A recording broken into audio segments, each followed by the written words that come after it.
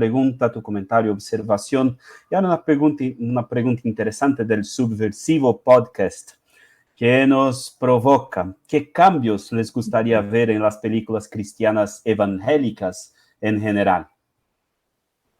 Bueno, yo creo que en ese sentido, cada director, directora, productor, cuenta desde cierto lugar, desde cierto punto de vista, y que eso es lo más interesante del cine, digamos, que cada persona quizás puede hacer la misma película que yo, pero va a tener su punto de vista por su recorrido, por su historia, como decían allá, así como hay distintas claves para interpretar el fenómeno, para interpretar según la experiencia que hayan tenido o no con alguna de estas comunidades, lo mismo al momento de creación.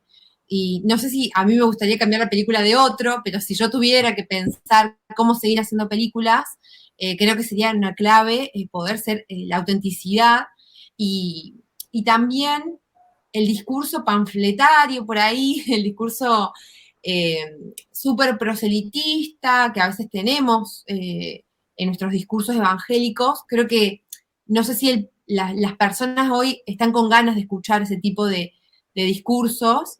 Entonces, si nosotros tuviéramos que seguir haciendo películas, por más que incluso una película que habla sobre lo religioso, desde un lugar donde nosotros nos asumimos como creyentes, poder proponer modos de ver, ya sea en la ficción o en relatos no ficcionales como este documental, desde la experiencia auténtica de vida y convidando esa experiencia más que intentando que el otro piense como yo, digamos. Entonces, eso si tuviera que decir. Yo quizás sería incluso un poquito más mala onda de lo que está haciendo Almen, que está siendo muy polite. Pero sinceramente, o sea, ya tener que decir, o sea, las películas cristianas muchas veces son un bajón, la verdad. O sea, como películas no se sostienen, son aburridísimas, con unas actuaciones muy malas, con un guión paupérrimo.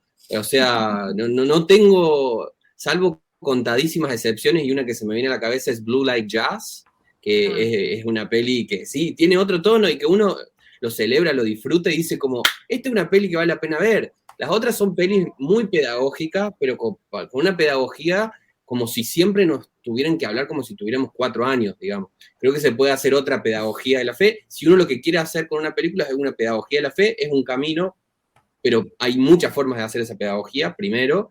Y en segundo lugar, que no toda película que tenga... No toda obra cristiana. No toda obra creada por un cristiano, y no toda obra creada por un cristiano y con un objetivo más o menos enfocado hacia la espiritualidad cristiana, no tiene por qué ser pedagógica, y si va a ser pedagógica, que de última lo haga sin denigrar el oficio del cine. Que lo haga, o sea... Excelente.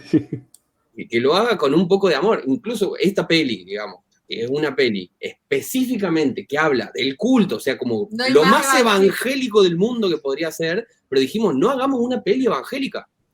O sea, aunque seamos re evangélicos. O sea, en el sentido de como juguemos el juego del cine, juguemos el juego de la ficción, de contar una ficción, por más que esté basada en hechos reales, pero como no siendo tan parsimonioso, o sea, como abriendo, en vez de cerrar y cerrar y cerrar, como bueno, abrir un poquito, porque también eso es lo que hace al arte, porque si no termina haciendo películas que, está bien, me aprendí algo o saco una enseñanza, pero como obra artística, ¿qué es lo que saco de todo eso? Bueno, que se la banque como obra artística y después pensamos cuál va a ser un poco la enseñanza. Quizás ese sería un caminito que estaría bueno recorrer un poco.